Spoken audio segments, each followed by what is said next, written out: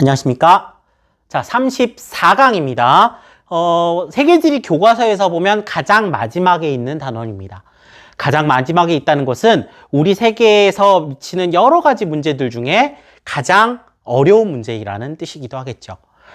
환경 문제 굉장히 중요하고 어려운 문제입니다만 적어도 이것이 문제라는 것은 다들 알고 있어요.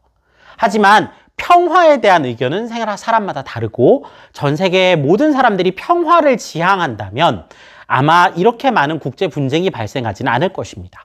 하지만 지금 전 세계는 분쟁 중에 있고 수많은 나라들이 분쟁에 휘말려 있는 상황이죠. 지금 보면 아련하게 보이는 우크라이나 국기가 보일 겁니다. 우크라이나와 러시아 사이의 분쟁이 일찍 끝날 것이라고 본 세계의 전문가들이 많았는데 지금 몇 년째 이어지고 있죠. 이스라엘과 팔레스타인 그리고 카슈미르 이런 지역들 같은 경우는 분쟁의 역사가 너무나 길어서 이제 한 페이지에 담을 수 없을 정도가 되었습니다. 자, 이렇게 세계 평화와 관련된 내용들을 한번 살펴보도록 하겠습니다. 자, 세계 분쟁 지역, 여러 분쟁 지역 한번 있습니다. 보죠. 자, 영역이나 자원을 가지고 여러 가지 분쟁이 발생하거나 민족이나 문화적 차이로 인한 분쟁 등 다양한 이유로 국제 분쟁의 원인이 생겨납니다. 이 원인이 복잡하게 얽혀 있어요. 예를 들어 우리가 남수단 분쟁 같은 경우 어땠나요? 민족하고 문화적으로도 차이가 있지만 동시에 거기에 석유라고 하는 자원 문제도 같이 들어있었죠. 그래서 하나의 문제가 아니라 여러 문제가 복합적으로 얽혀서 나타나는 것이 국제 분쟁의 주요 특징 중에 하나입니다. 영토 분쟁과 관련된 이런 이야기로 보면 예를 들면 이런 거죠. 국경선이 명확하게 설정되지 않은 지역, 카슈미르 대표적이었죠. 국경선이 주장하는 바가 서로 달라요. 그 다음에 민족이나 종교가 다른 소수민족이 분리 독립하려는 지역에서 주로 발생한다. 남수단이 그랬어요. 그죠? 자, 기억해야 됩니다. 분쟁 지역에 자원이 풍부한 경우 분쟁이 심화돼요. 그죠? 남수단 그랬어요. 맞습니까? 자, 그래서 국경선이 명확하지 않다. 네 땅, 내 땅. 그 다음에 분리 독립하려고 한다. 이런 것들이죠. 자, 그래서 아프리카의 많은 지역들이 그런 얘기가 있고요. 그 다음에 여기서 우리 8단원에서 처음 나오는 사례로 쿠르드족이라는 민족이 있습니다. 자, 쿠르드족은 여러 나라에 걸쳐 사는 민족인데 3천만 명이나 됩니다. 인구가 3천만 명이나 되지만 여러 국가에 걸쳐 살고 있고 그 어떤 나라도 쿠르드족의 독립을 원치 않아요. 그러다 보니까 이 쿠르드족의 독립이 매우 어려운 상황이거든요. 이런 것들이 바로 영토 분쟁의 대표적인 사례다. 그래서 아프리카의 대부분의 나라 그리고 쿠르드족 이런 얘기들을 좀 살펴보겠습니다. 자, 요 그림은 우리가 지난번에 한번 봤어요. 자, 보면 국경선은 유럽 열강이 아프리카를 식민 지배할 때 자기들 마음대로 잘라낸 선이라고 했죠. 그래서 보면 비현실적으로 직선으로 그어져 있는 경우가 많습니다.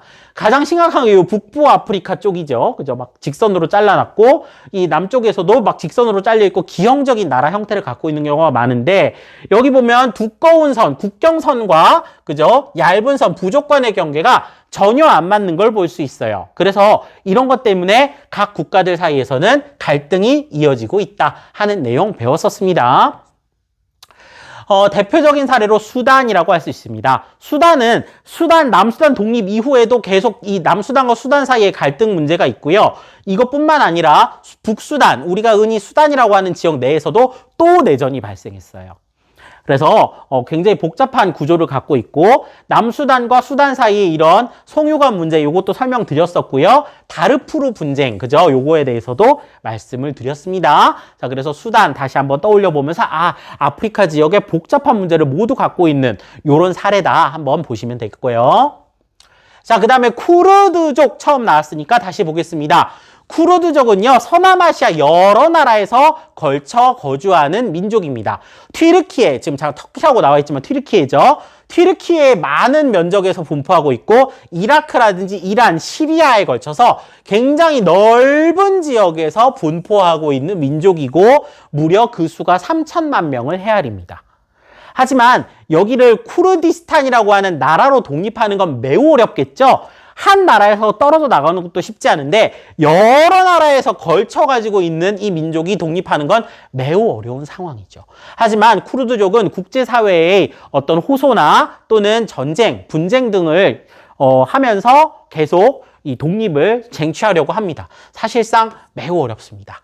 그래서 이렇게 군인들의 모습, 그래서 항상 이 독립을 위해서 이렇게 계속 힘쓰고 있는 모습들이 보이죠.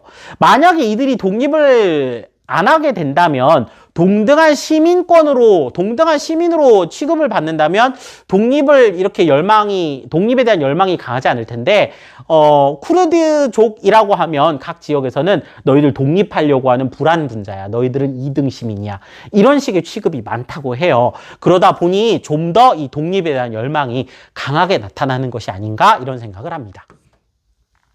그래서 주요 난민 발생국이 2019년 자료라서요. 이것만 해도 좀 다른데 시리아나 아프가니스탄, 남수단과 같이 정치적으로 불안한 곳에서 많은 난민이 발생하고 있고 이들 난민이 터키 아니고 이제 튀르키예죠. 튀르키예, 파키스탄, 우간다와 같이 주변 국가로 이렇게 난민들이 많이 흩어지는 상황입니다.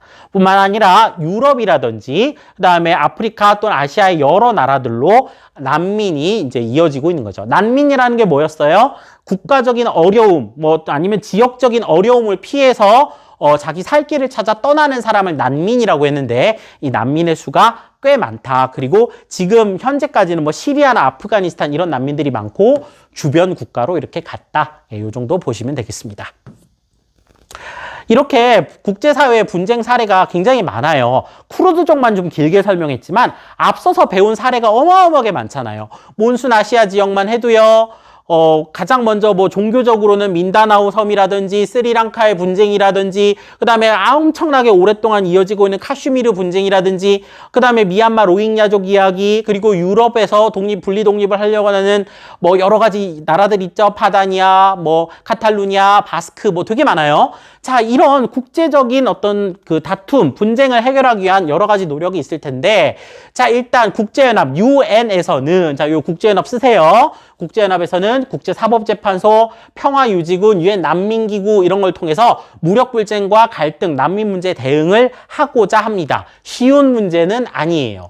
그렇지만 국제사법재판소가 법적인 그런 판단을 내려주는 곳, 그 다음에 무력 충돌이 너무 심할 경우에는 평화유지군이 가서 무력 충돌을 감시하고 주민들을 보호해주는 역할, 그 다음에 유엔 안전보장이사회라고 해서요. 유엔은 원래 국제 분쟁과 전쟁을 막기 위해 만들어진 기구니까 여기서 회의를 통해서 너희들 하지마, 너희들을 규탄한다, 너희들은 유엔의 이름으로 용서하지 않겠다, 이런 거죠. 자, 그래서 상임이사국 5개, 주로 2차 세계대전의 승전국들입니다. 상임이사국 5개와 비상임이사국 2년마다 돌아가면서 10개 나라를 회의에 참석을 시켜요.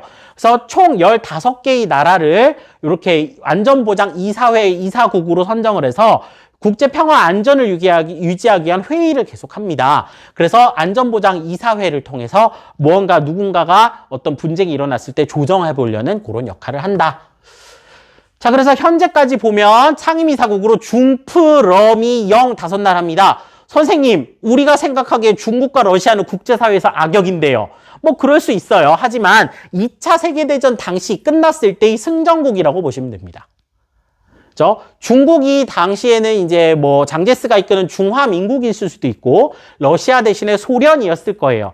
그렇지만 이렇게 주체가 조금씩 바뀌면서 요 5나라가 상임이사국, 언제까지나 요 5나라는 상임이사국이고 비상임이사국 10개는 2년마다 돌아서 합니다. 현재는 우리나라가 비상임이사국으로 내년까지 맡고 있네요. 비정부기구의 활동도 이제 눈여겨볼 필요가 있는데 2개 정도 나옵니다. 국경 없는 의사회, 국제 분쟁이 있는 곳이라면 어디든 달려가서 사람을 치료하는 데 힘을 쓰는 곳, 국경 없는 의사회. 그리고 국제사면위원회. 원래 사면이라는 말은요, 형벌을 멈추고 중단하는 거예요. 감옥에 들어가 있는 사람한테 사면하면은 풀려나고요. 뭔가 죽을 위기, 사형을 처한 사람도 사형을 안 하고요. 요렇게 형벌을 면해주는 것을 사면이라고 합니다. 근데 국제적으로 왜 사면위원회라는 게 있느냐? 대체 왜 잘못해서 벌 받고 있는 사람을 용서해주라고 하느냐? 이게 뭐냐면요. 아까 쿠르드족이라든지 국제 분쟁이 있는 지역 같은 데 가면 이 사람이 죄가 없는데 그냥 가두는 거예요. 예를 들어 지금 중국도 신장 위구르 자치구에서 위구르족들에 대한 불합리한 그 징역 이런 것들이 문제가 되고 있다. 계속 얘기가 나오는데 이런 것에서도 국제 엠네스티라고 불리는 사면위원회에서 중대한 인권 침해는 없는지 불합리한 형벌은 없는지 이런 것들을 감시하고 여러 이 행동 변화를 촉구하는 이런 움직임이 있다 하는 거죠. 그래서 국경 없는 의사회, 엠네스티 이런 데 홈페이지에 가보면 이들의 활동을 잘 알 수가 있어요. 굉장히 많은 분쟁 지역과 난민 수인데 난민 수까지는 안 보더라도 여러분들이 이미 수업 시간에 배웠던 사례들이 있으니까 요거는 한번 짚고 넘어가 보죠.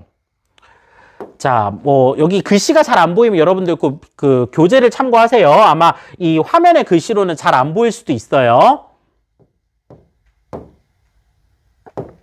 자, 보면 국제 분쟁 중에 우리가 많이 배웠던 거, 자, 티베트족 나오죠. 티베트족 중국으로부터, 그죠?